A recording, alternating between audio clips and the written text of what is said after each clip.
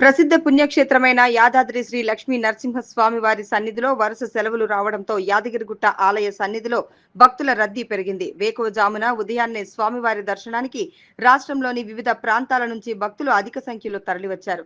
ఆలయానికి భక్తుల రద్దీ పెరగడంతో స్వామివారి ధర్మ దర్శనానికి 3 గంటల సమయం, ప్రత్యేక ప్రవేశ దర్శనానికి 1 గంటన్నర సమయం పడుతోంది.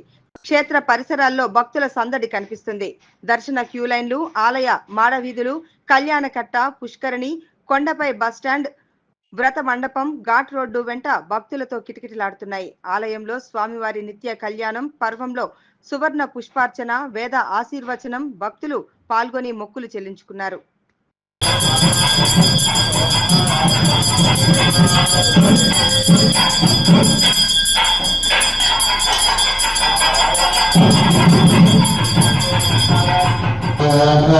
ओम इंद्राणिपालकेभ्यः स्वाहा इंद्रादिगणाधिपेभ्यः स्वाहा पूर्णाधिपाशदेभ्यः स्वाहा विघ्नादिद्वारपालकेभ्यः स्वाहा सर्वेभ्यः श्री विष्णुवासुदेव नारायणाय